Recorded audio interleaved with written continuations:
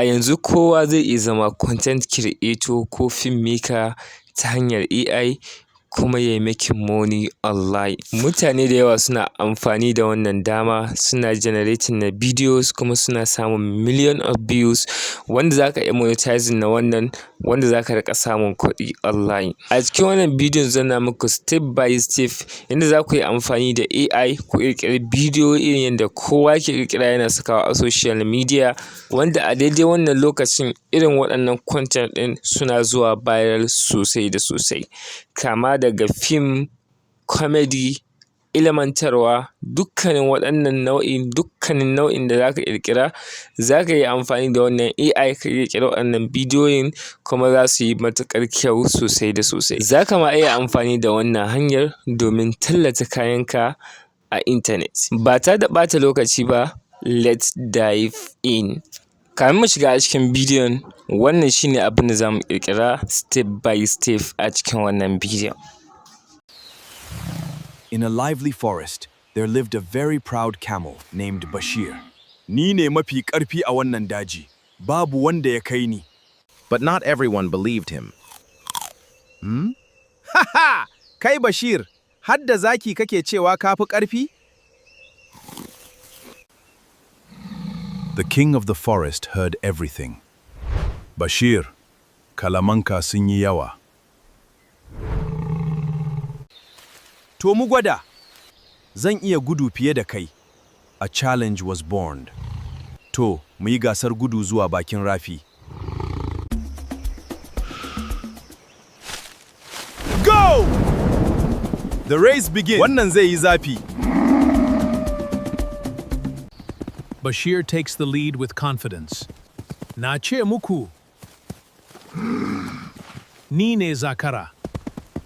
Alright, abu na farko za mu yi shine sai mu garzaya a ChatGPT, daga nan sai mu ba shi umarni domin ya rubuta mana story wanda za mu yi amfani da shi. Babu buƙatar sai mu yi komai da kanmu. Idan ka ga dama kuma za ka iya tsayawa ka tsara abinka da kanka. So a cikin wannan prompt ɗin ga abin da nake cewa. Daga farko na ba ChatGPT role a matsayin prompt story writer.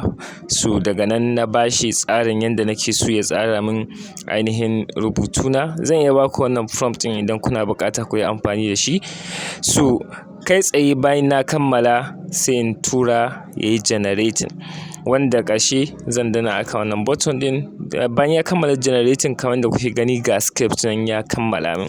So kamar da kuke gani Hausa story ne ya bani gashi nan, wanda da shi zan yi amfani. So bayan na duba kuma na ga cewa ya kamata ya mayar da shi matsayin sense, domin kowanne bidiyo za mu yi creating na bidiyo mai tsawon sakan 10 ne kacal. Da haka akwai buƙatar in sake gyara wannan.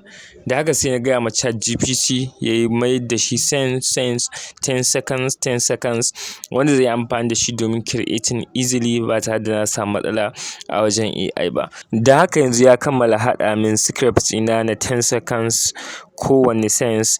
Da haka zan je kai tsaye domin ƙirƙira. Da haka zan zo in yi copy na sense na farko daga cikin wannan script ɗin. Bayan na kammala copy zan koma a Play Store. Idan kuma kana amfani da ainihin iPhone ne sai ka shiga App Store sai ka yi searching na wannan application Flow AI. So bayan ka yi searching na Flow AI zai fito kamar haka, sai ka yi searching. Idan ka duba gashi nan a ƙasa wanda kake gani Google Flow AI. So sai ka yi install na wannan application. Already ina da shi amma zan yi updating ɗin shi, na ga akwai available new version. Da haka zan yi update na wannan application. Ba shi da wani nauyi sosai, bakin shi cikin MB 13. Kai tsaye bayan na kammala update zan buɗe application ɗin. Kamar da kuke gani kai tsaye ya wuce da ni domin already ina amfani da shi. Idan kuma na taɓa a nan a wajen logo na email ɗina za ku ga cewa ina da credit guda 50. To amma kai idan sabon zuwa ne a app ɗin nan ba haka zai nuna maka ba kai tsaye. Da haka zan yi log out daga cikin wannan a ainihin account nawa. So idan nayi log out kamar da kuke gani, wannan pejin shine zai kawo mu. To wannan shine zaka fara gani. So sai ka danna akan wannan button na continue with email, zai kawo maka email naka sai ka zaɓa daga cikin su. Daɗina da wannan shine very simple, babu wani damuwa, kawai zaka zaɓa. Misali zan ci gaba da wannan sai in danna continue. So kana danna continue kai tsaye shikenan ka creating na account. So abu na farko da zaka yi shine sai ka taɓa akan new. Ni da yake na fara creating kun ga wani project na ya bayyana a ƙasa. To kai zaka taɓa new kawai, wanda zai kawo ka izuwa wannan pejin. Abin da zaka yi shine sai kai pasting na wannan script ɗin da ka kwafo daga ChatGPT, wato na wannan 10-second sense ɗin. So shi zaka yi pasting a nan. So bayan ka yi pasting a nan, kai tsaye abin da zaka yi shine sai ka taɓa wurin da kaga an saka image ɗin nan, zai kawo ka nan sai ka zaɓi bidiyo. Kana zaɓan bidiyo a nan zaka ga yana akan ratio na TikTok, a gefe kuma akan YouTube. So idan YouTube kake so sai ka zaɓi YouTube, mu zamu yi na TikTok sai ka bar shi akan TikTok. A nan zaka ga 10 second da 8 seconds sai ka mayar da shi akan 10 seconds. So wannan shine zamu yi creating akan 10 seconds. So abin da zaka yi shine kai tsaye zaka danna akan wannan arrow domin ya fara creating na ainihin bidiyon naka. So zaka ga yana generating, sai ka ɗan bashi lokaci ƙalilan, baya ɗaukan wani dogon lokaci. Ka tabbatar ka ci gaba da kallon wannan bidiyon har ƙarshe, domin akwai wani abu mai muhimmanci zan nuna muku a mataki na gaba da za ku yi, da zai matuƙar taimaka maka wajen ƙirƙirar AI videos. So don haka ku biyo ni. Idan ka duba ga abin da muka ƙirƙira nan. Ni ne mafi ƙarfi a wannan daji, babu wanda ya kai ni. Abu na gaba da za ka yi shine sai ka taɓa akan 3 dot a can sama, daga nan za ka ga download sai ka taɓa shi. Kai tsaye kana downloading na wannan bidiyon. So wanda kai tsaye za ka ga notification a ƙasa na cewa ka yi downloading successfully. Abu na gaba shine za mu je mu yi copy na script na biyu, sai mu ƙara yin generating na next sense, ma'ana sense na biyu. So da haka za mu koma a ChatGPT sai mu yi copy na wannan ainihin sense ɗin na biyu, gashi kamar yadda kuke gani. So za mu yi copy shi. Bayan na kwafa, daga nan kai tsaye zan koma a cikin Flow AI. Ina koma a cikin Flow AI zan sake taɓa wannan 3 dot ɗin da ke sama. So zan danna akan reuse prompt. Amfanin wannan shine akwai title da yake a sama, bana son duk wani lokaci sai na sake canza wannan title ɗin. Saboda haka zan yi copy na script na sense ƙasa kawai, sai in yi pasting ɗin shi, sai in replace da wannan da na kwafo. Da haka title ɗin mu already yana sama, ba sai koyaushe na sake komawa ina copying shi ba. Za ka iya taɓa plus icon na ƙasa ka sake yin pasting na prompt ɗinka idan baka so ka sake yin reuse prompt. So gashi nan muna generating sense na biyu, kuma haka zan bi duk in generating na sauran sense. Sai dai kafin haka da zamu duba ƙasa zamu ga ya fara min warning na low credit. Da zan taɓa kuma za ku ga cewa dukkanin 10 seconds bidiyo yana costing ɗin 15 AI credits. To kenan idan ka yi generating na bidiyo 3, za ku ga za ka ci credit 45, kuma credit 50 suke baka a kowace rana. Gwargwadon yadda ka yi ƙasa 8 seconds za ka ga credit ɗin shi 12 ne, za ka yi generating na bidiyo 4, 6 seconds kuma za ka yi generating na bidiyo 5. So gwargwadon yadda yanayin tsawon ya rage, gwargwadon yadda yanayin cin credit ɗin yake ragewa. Sai da kuka duba ga sense na biyu na mun yi generating. Let's see. Kai Bashir, hadda zaki kake cewa ka fi ƙarfi? To shi ma kai tsaye zan danna akan wannan 3 dots ɗin domin in yi downloading ɗin shi, kuma wannan process ɗin zan bi ga clip na 3. So bayan na kammala ƙirƙirar clip na 3, idan kuka duba credit ɗinmu ya ƙare, saura credit 5 wanda ba zai ƙirƙiri bidiyo ba. So abin da ake yi shine ana sake yin sign out, sai a sake yin login da wani email na daban. Mutane sukan yi amfani da email, different email domin su ci gaba da ƙirƙira. So don haka zan zaɓi email na daban, sai in sake yin login a cikin account. Sannan ka duba shi ma wannan email yana amfani da shi, amma kada ku manta story ɗinmu da wancan account muka fara shi. Saboda haka yanzu akwai buƙatar wani tricks domin mu yi amfani da waɗannan credit ɗin da muke da su. ta yadda za mu kuma ƙirƙiri bidiyo bai samu bambanci da wancan da muka fara a cikin account ɗin ba. So ta wannan hanyar abin da muke yi shine kai tsaye bayan mun zo mun buɗe new project, a madadin ka fara rubutu kai tsaye sai ka rufe wannan keyboard naka wanda za ka na wayarka kenan. So bayan ka rufe shi za ka ga wanda aka saka upload. So kana taɓa upload sai ka taɓa images, daga nan zai kai ka wurin hotunanka. So already waɗancan bidiyoyin da na yi na ɗauki screenshot na wannan hoton raƙumi da kuma jaki da zaki. So kai tsaye zan yi uploading na waɗannan hotunan akan wannan wajen.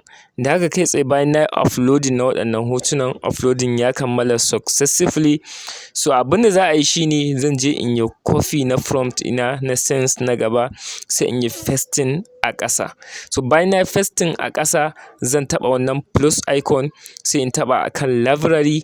Daga nan za ku ga waɗannan hotunan da na yi uploading sai in yi selecting ɗin su. Gwargwadon wanda yake a cikin wannan sense da za a yi su kaɗai zan yi selecting. Misali idan raƙumi da jaki ne kawai, raƙumi da jaki zan zaɓa. Idan raƙumi kaɗai zai yi magana kuma shi kaɗai zan zaɓa.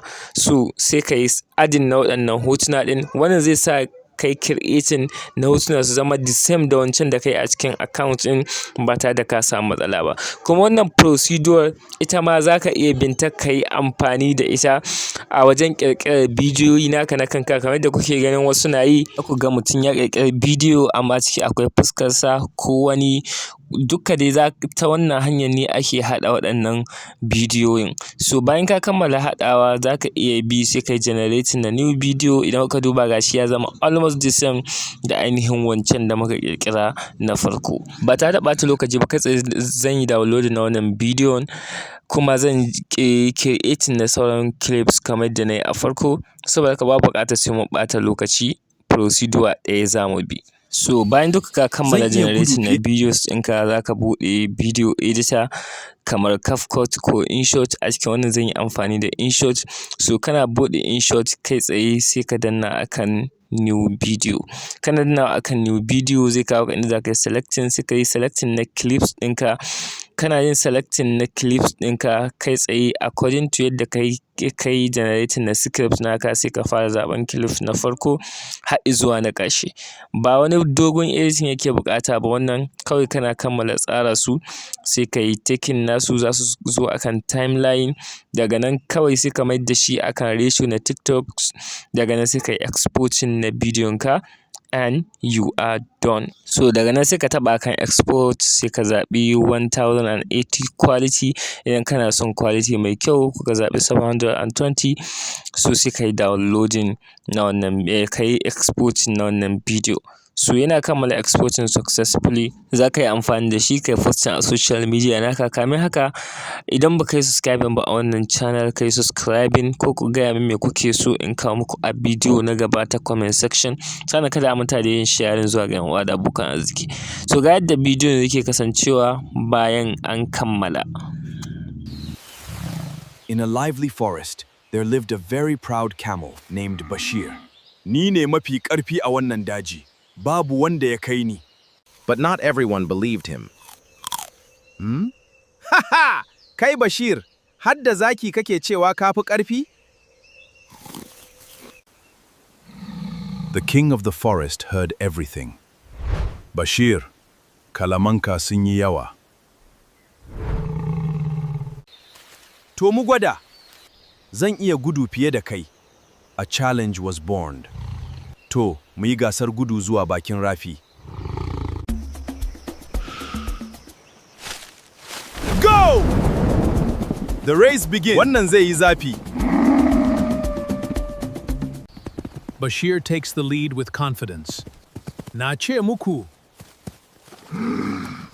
ni ne zakara.